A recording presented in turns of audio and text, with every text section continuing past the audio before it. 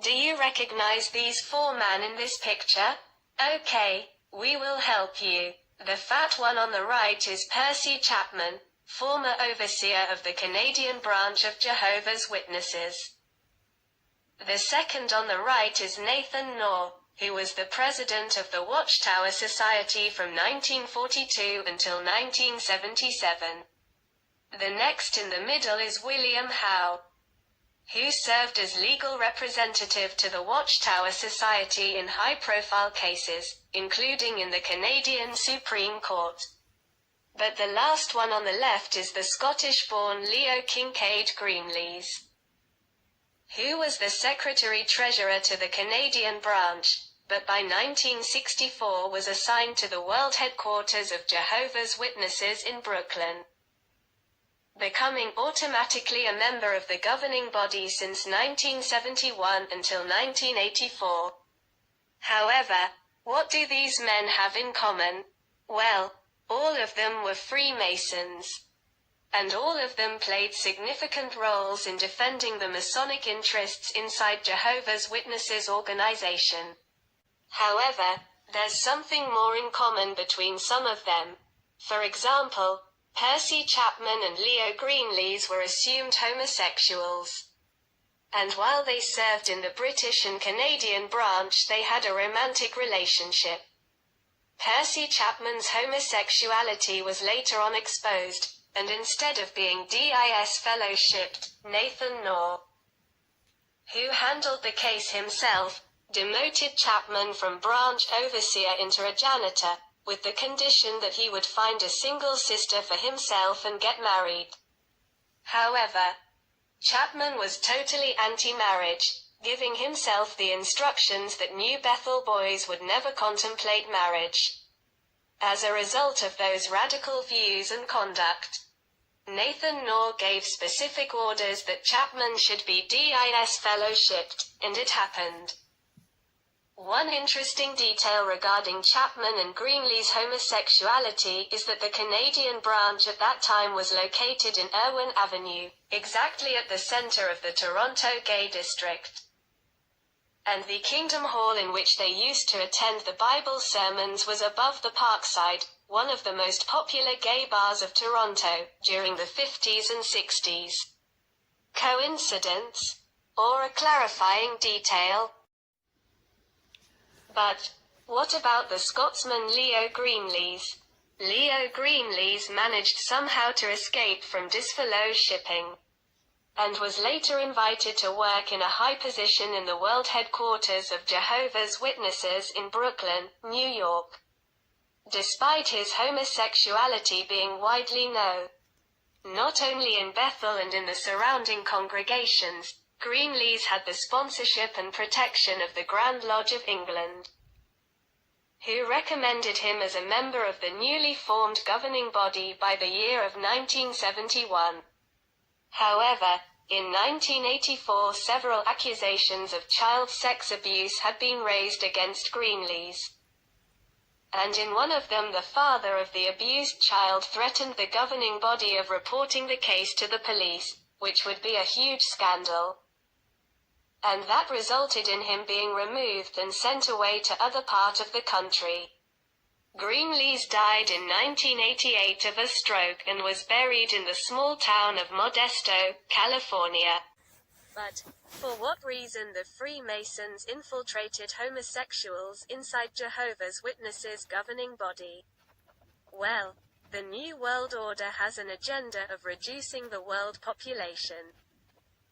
They believe that if they replace the traditional family, male and female, who produce children, by an alternative family, man plus man and woman plus woman, who cannot procreate, the number of births will be diminished, shrinking this way the world population. To implement this plan they need the support of the churches, who in their majority already approve the gay marriage, and accept homosexuals as their leaders.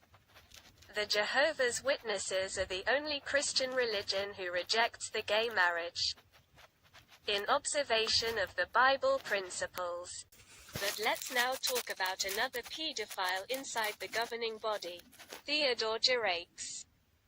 Theodore Jaracz became member of the governing body in 1974. Due to the expansion which Nathan Knorr understood to be necessary, in order to restore his power and the influence lost in 1971. Until that moment Theodore Jaracz had been already involved, at least, in 2 cases of child sex abuse. According to Barbara Anderson, former writer and researcher to the Watchtower Society, Jaracz was removed from the post of overseer of the Australian branch for child molestation. A few years later, in Los Angeles, California, he had molested a 5-year-old child named Pat Garza. Later on, the victim came public with her statement, and the service department ordered the elders of her congregation to treat Miss Garza as disfellowshipped. Despite that no such announcement had been given. But why such evil conduct have been tolerated inside the highest body of an organization which claims to adhere strictly to the Bible principles? Theodore Jaracz was a Freemason, and had been entitled to implement the Freemasons' agenda inside Jehovah's Witnesses organization. On the other hand, he had been given the duty of expanding the Anglo-Saxonic Freemasonry to the Eastern European countries, even in the time in which they were under the communism rule. By that time Vladimir Putin, who's now the president of Russian Federation, was already in the counterintelligence service, with the duty of watching foreigners who were traveling around the communist countries. And it is obvious that he paid a special attention to the activities ran by Jaracz, and understood that his presence in Russia and in other countries of the Eastern Bloc were a threat to the national security. On the other hand, Putin had an additional concern over Jaracz and other members of the governing body. Please pay attention to the following video recorded right before the Winter Olympics in Sochi. With less than a month to go before the Winter Olympics in Sochi, Russian President Vladimir Putin clarifies his stance on gay visitors to the Games. Here, speaking to Olympic volunteers. We aren't banning anything. We aren't rounding up anyone. We have no criminal punishment for such relations, unlike many other countries. So one can feel relaxed and at ease. But please, leave the children in peace. Putin on Friday referring to a law signed last June banning so-called gay propaganda to minors. But is not only the personal conduct of individual members of the governing body of Jehovah's Witnesses which caused concern to the Russian government. The other issue was the rise of power which Theodore Jaracz, a Freemason, gained inside the religion. After the death of Frederick Franz, Jaracz took almost full control of the governing body. Barbara Anderson, Indiana, one of her interviews had mentioned that many in there call him the boss. Despite Frederick Franz had been replaced by Milton Henschel as the president of the Watchtower Society, the person who held the power was Theodore Jaracz, becoming him the one who had the last word on most of the decisions, mostly in what concerns the admission of new members of the governing body. Jaracz just handpicked hardliners like him from the Masonic Lodge. That might explain why some of the actual members, such Mark Stephen Lepp, who is a master mason, known as the Lord of the Rings, keeps lying to the public, when he denies the existence of child sex abuse inside their organization, when at the very same time David Splane, another member of the governing body, has admitted to the press that the society spent hundreds of millions of dollars in compensation and court settlements. Contradiction, or damage control. However, not everything was roses to Theodore Jaracz. Despite most the governing body being formed by Freemasons, Jaracz had the opposition of some of its members. For example, the highly educated Lloyd Barry was against the transformations which Jaracz wanted to do to the organization. Other members who never sided with Jaracz's ideas was Daniel Sidlick, who refused to attend parties if he knew that Jaracz was supposed to be present. Between the mid-90s and early 2000s, the governing body was a powder keg of internal divisions. That might explain why certain violent arguments happened in governing body meetings, as described by former Bethelites, such as Howard Rutledge and others. However, the biggest setback to Jaracz always was Lloyd Barry. Many people do not know, but was Barry who removed Jaracz from his post as overseer of the Australian branch.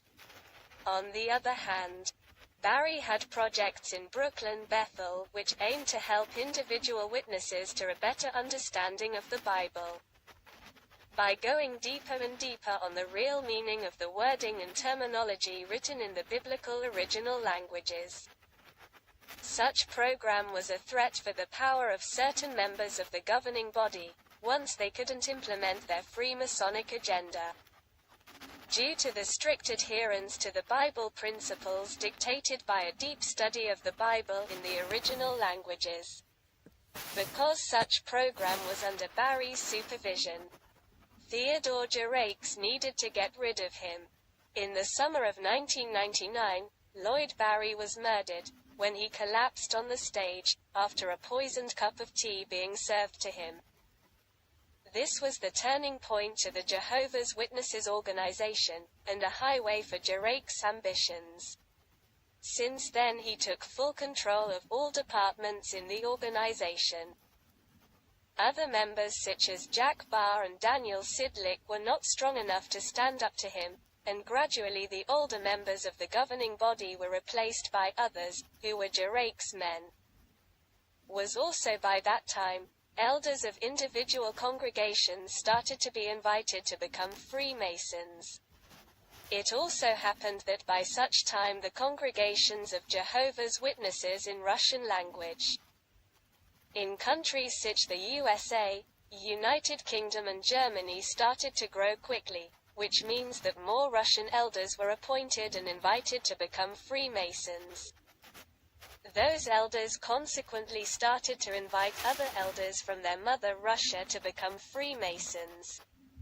Vladimir Putin started to look at that scenario with serious concerns, and decided to implement a law against extremism in order to suppress Jehovah's Witnesses' activities, and strike down the Western Freemasonic influence in Russia. The Freemasons never were in good standing in Russia.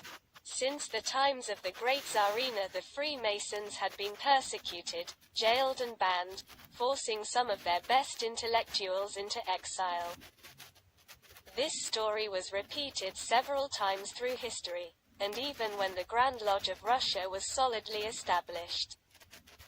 There was always internal divisions and suspicion of espionage for other countries. Today the scenario is not different, and despite many inside Vladimir Putin's inner circle being Freemasons, their influence is not significant. A good example of this is that Andrei Bogdanov, the Grand Master of the Grand Lodge of Russia, was a presidential candidate to the elections ran by the year of 2007, but only had 1.3% of the votes. Which is a clear demonstration of how irrelevant is the influence of the Freemasons in Russian politics. While the politics in the West are dominated and manipulated by the Freemasons, in Russia is the other way around. Is the Freemasons' lodge who is controlled by the politicians in power and their inner circle. Once the Russian government is fully aware that the governing body of Jehovah's Witnesses, their elders in each congregation, and other members are under control of the Western Freemasonry, Vladimir Putin found a good reason to ban their activities once he feel it might be a threat for the security and stability of his country. Can you imagine if the leadership of Jehovah's Witnesses had fulfilled their own principles in maintaining themselves neutral of any political or religious affiliation? How much suffering and pain they could avoid to their Russian brothers and sisters. This means that the ban on Jehovah's Witnesses in Russia, and all the consequent mistreatments, is caused by their own leaders violating the Bible principle of neutrality.